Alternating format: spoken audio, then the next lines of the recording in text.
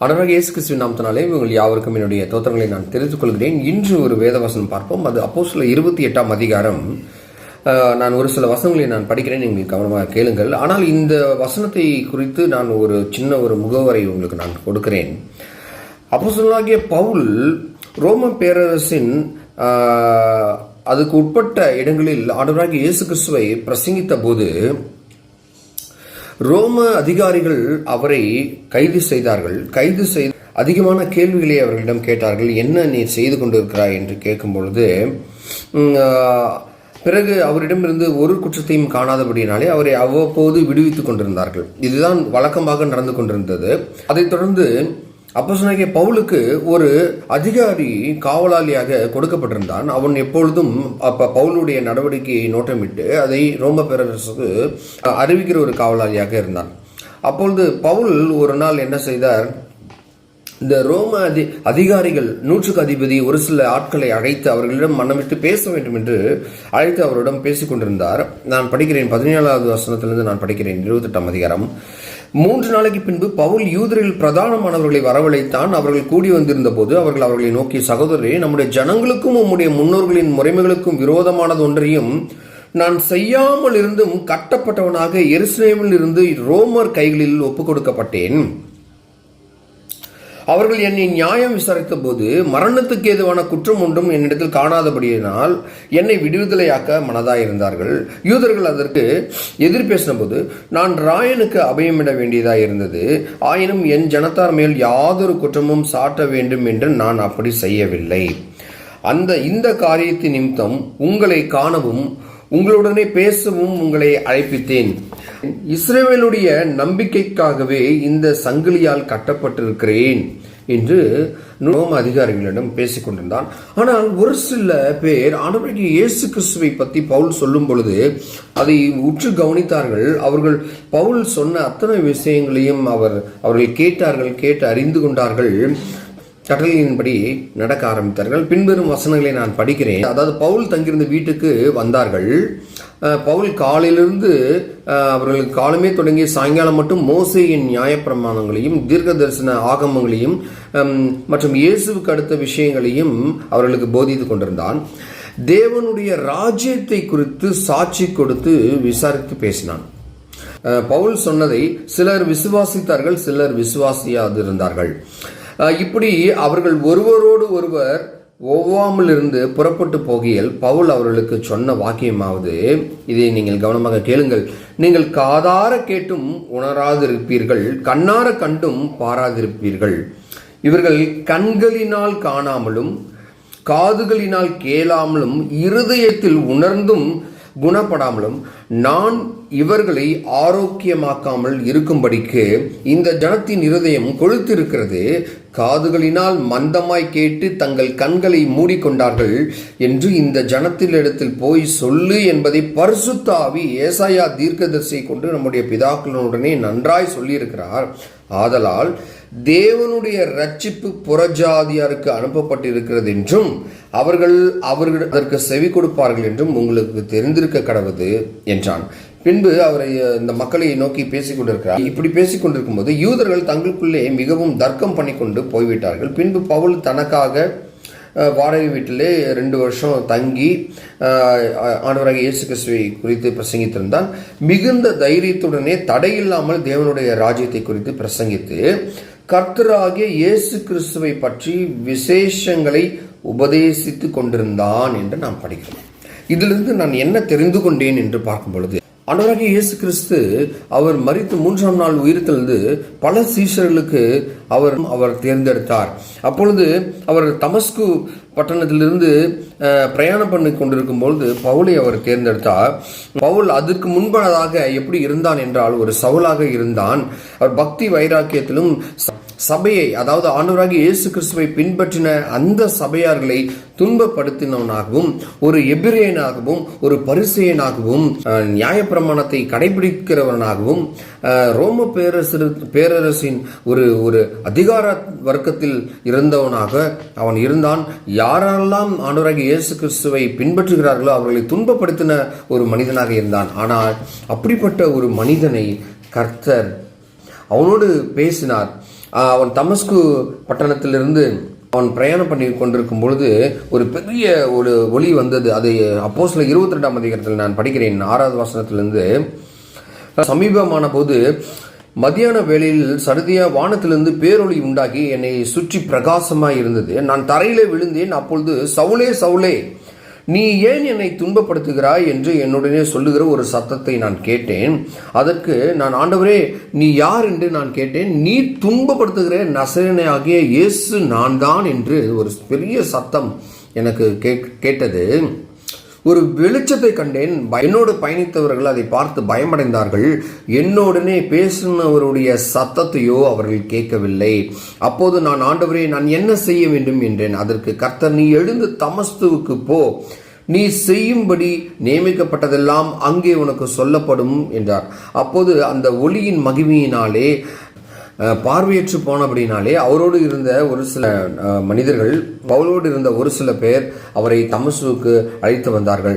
அப்போது வேத பிரமாணத்தின்படி பக்தி உள்ளவனும் அங்கே குடியிருந்த சகல யூதர்களிலும் நல்லவன் என்று சாட்சி பெற்றவனாகிய அனனியாவை போய் பார்க்கிறார் பவுல்.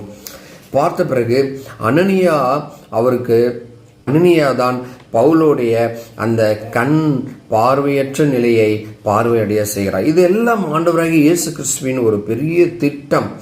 எப்பயுமே நான் ஒன்று சொல்கிறேன், நம்மளுக்கு எல்லாம் நிறைவாய் போய்கொண்டே இருக்கும், நாம் ரொம்ப சந்தோஷமாக இருப்போம். ஆனாலும் படைத்தவரை நாம் மறந்து விடுவோம். நாம் எல்லாம் சரியாக செய்கிறோம் என்று நாம் மனதில் நினைத்து கொண்டு நாம் இஷ்டத்துக்கு செய்து கொண்டிருப்போம். ஆனால் நாம் அவரை துன்பப்படுத்திக் கொண்டே இருக்கிறோம். என்னை படைத்த ஆண்டவராகிய இயேசு கிறிஸ்துவை நான் துன்பப்படுத்திக் கொண்டே இருக்கிறேன். இப்படியாகத்தான் பவுல் நினைத்து கொண்டிருக்கிறான். நான் நியாயப்பிரமாணத்தின்படி நான் சரியாக செய்கிறேன், எல்லாவற்றையும் கடைபிடித்துக் கொண்டிருக்கிறேன். அவன் செய்த தவறு இன்னதென்று அறியாமல் செய்து கொண்டிருந்தபடினாலே ஆண்டவராகிய இயேசு கிறிஸ்து பவுலை பர்சனல் டச் பண்ணி மாற்றினார். சவுலை பவுலாக மாற்றினார். ஆண்டவருடைய நற்செய்தியை சொல்லும் ஒரு ஊழியக்காரனாக மாற்றப்பட்டிருக்கிறார். நான் தொடர்ந்து படிக்கிறேன். அப்போது அவன், நம்முடைய முன்னோர்களின் தேவனுடைய திருவுளத்தை நீ அறியவும், நீதிபரரை தரிசிக்கவும், அவருடைய திருவாய் மொழியை கேட்கவும் அவர் உன்னை முன்னமே தெரிந்து கொண்டார். பிரியமானவர்களே, ஆண்டவராகிய இயேசு கிறிஸ்து என்னையும் உங்களையும் அவர் முன்னமே தெரிந்து கொண்டிருக்கிறார். ஆனால் ஒரு நாள் வரும், ஒருவேளை நான் பார்வையற்றவனாய் மாற்றப்படுவேன், என் காதுகள் செவித்திறன் அற்றதாய் மாற்றப்படும். அப்பொழுது நான், ஐயோ என் காது கேட்கவில்லையே, என் கண்கள் தெரியவில்லையே என்று கதறி அழுகிறதிலே எந்த பிரயோஜனமும் இல்லை. என் கண்கள் தெரியும் போதே, என் காதுகள் நன்றாக கேட்கும் போதே, என் வாய்கள் நன்றாக பேசும்போதே நான் ஆண்டவராகிய இயேசு கிறிஸ்துவை பற்றி ஒரு சில பேருக்காவது நான் தெரிவிக்க வேண்டிய ஒரு நிலையிலே நாம் இருந்து கொண்டிருக்கிறோம்.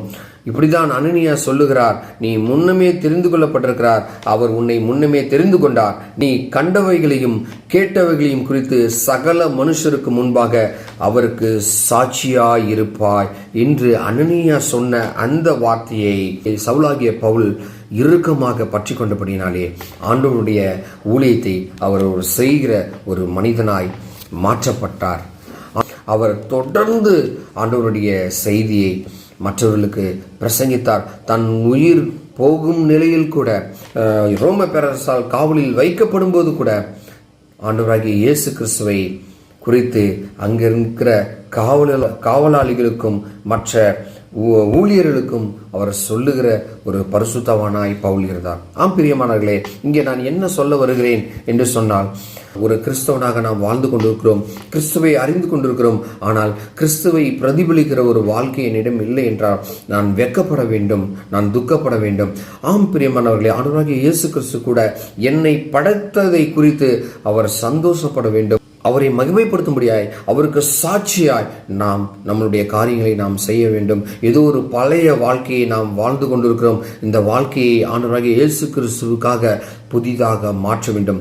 மனது மாற்றப்பட வேண்டும், மனம் மாற வேண்டும். பிரியமானவர்களே, அதனால்தான் பவுல் இங்கே சொல்லுகிறார், நீங்கள் காதார கேட்டும் உணராது இருக்கிறீர்கள், கண்ணார கண்டும் பாராமல் இருக்கிறீர்கள்.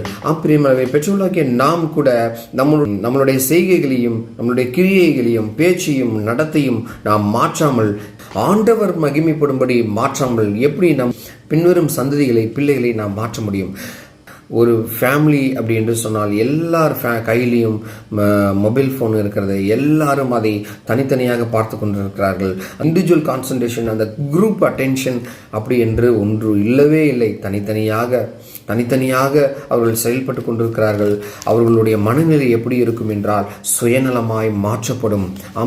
இதற்கு ஒரு முற்றுப்புள்ளி வைக்கவில்லை என்றால் நம் குடும்பம் சிதறடிக்கப்படும், உறவுகளை நாம் இழந்து விடுவோம். கிறிஸ்தவம், ஆண்டவரை பற்றி அறிந்து கொள்வது, அதை பிரசங்கிப்பது, மற்றவர்களுக்கு சாட்சியாய் நடப்பது, இது எல்லாம் வேண்டும். ஆனால் அதற்கு முதற்கட்டமாக நாம் நம்மை சரி செய்யாமல் குடும்பத்திலே மாற்றம் ஏற்படாது. பிரியமானவர்களே, இங்கு பவுல் சொல்கிறார், நம் இனத்தாரை குறித்து நான் குறை சொல்ல வேண்டும் என்று நான் உங்களுக்கு சொல்லவில்லை. ஆனால் நான் பேச வேண்டிய ஒரு கட்டாயத்திலே நான் இருக்கிறேன். என் ஜனம் வீணாய் போய்விடக்கூடாதே என்று ஒரு பாரம் எனக்குள்ளே இருக்கிறது. அதனால் நீங்கள் கண்டிப்பாக மனம் மாற வேண்டும். நீங்கள் காதிருந்தும் கேளாதவர்களாய் இருக்கிறீர்கள், வாயிருந்தும் பேசாதவர்களாய் இருக்கிறீர்கள், நீங்கள் கண்ணிருந்தும் காணாதவர்களாய் இருக்கிறீர்கள் என்று ரொம்ப துக்கத்தோடு சொல்கிறார். இதை தொடர்ந்து ஆண்டவராகிய இயேசு கிறிஸ்து என்ன பேசி இருக்கிறார், என்ன ஒரு தாகம் இருக்கிறது. எனக்குள்ளே அந்த தாகம் இல்லை, ஆனால் ஒரு கானானிய ஸ்திரீக்கு அந்த தாகம் இருக்கிறது. அது என்ன தாகம் என்று நாம் பார்ப்போம். அது மத்தேயு எழுதின சுவிசேஷம் 15ஆம் அதிகாரம் 22வது வசனத்திலிருந்து நான் படிக்கிறேன். அந்த ஆண்டவரை அறிந்து கொள்வதும், அவரை பின்பற்றுவதும், அவர் விசுவாசமாய் இருப்பதும், நாம் பெற்றுக்கொண்ட ஆசீர்வாதத்தை மற்றவர்களுக்கு சாட்சியாய் சொல்வதுதான் அந்த தாகம். அந்த தாகத்தை நான் படிக்கிறேன், கேளுங்கள். அப்போது அந்த திசைகளில் குடியிருக்கிற கானானிய ஸ்திரீ ஒருத்தி கர்த்தரிடத்தில், இயேசுவிடத்தில் வந்து, ஆண்டவரே, தாவீதின் குமாரனே, எனக்கு இரங்கும் என்று சத்தமாக கூப்பிட்டு அவள் சொன்னதாவது, என் மகள் பிசாசினால் கொடிய வேதனைப்பட்டு கொண்டிருக்கிறாள் என்று சொல்லி கூப்பிட்டாள். அவளுக்கு பிரதியுத்தரமாக அவர் ஒரு வார்த்தையும் சொல்லவில்லை. அப்போது அவருடைய சீசர்கள் வந்து, இவள் நம்மை பின்தொடர்ந்து கூப்பிடுகிறாளே, இவளை அனுப்பிவிட வேண்டும் என்று கர்த்தரை, இயேசுவை வேண்டிக் கொண்டார்கள். அதற்கு இயேசு சொன்னதாவது, காணாமல் போன ஆடுகளாகிய இஸ்ரவேல் வீட்டாரிடத்திற்கு அனுப்பப்பட்டேனே அன்றி மற்றபடி அல்ல என்று சொன்னார். நான் வந்ததின் நோக்கம் யூதர்களாகிய இஸ்ரவேல் மக்களை மீட்டு கொண்டு அவர்களை நல்வழிப்படுத்தவும், அவர்களுக்கு நற்செய்தியை சொல்லவுமே நான் வந்திருக்கிறேன், உங்களுக்காக நான் வரவில்லை என்று திட்டவட்டமாக சொல்லிவிட்டார். அதற்கு அந்த கானானிய ஸ்திரீ சொல்லுகிறார், ஆண்டவரே, எனக்கு உதவி செய்யும் என்று அவரை பணிந்து கொண்டாள். அதற்கு அவளை நோக்கி, பிள்ளைகளின் அப்பத்தை எடுத்து நாய்க்குட்டிகளுக்கு போடுகிறது நல்லதல்ல என்று கடிந்து கொண்டார். இஸ்ரவேல் மக்களை மீட்டுக் கொள்வதற்காக, அவர்களுக்கு நற்செய்தி சொல்வதற்காகவே நான் வந்திருக்கிறேன், அவர்களுக்கு அப்பத்தை கொடுக்கவே நான் வந்திருக்கிறேன், உங்களைப் போல ஆட்களுக்கு இல்லை என்பதை ரொம்ப கடுமையான வார்த்தையை அவர் பயன்படுத்துகிறார். பிள்ளைகளின் அப்பத்தை எடுத்து நாய்க்குட்டிகளுக்கு போடுகிறது நல்லதல்ல என்றார்.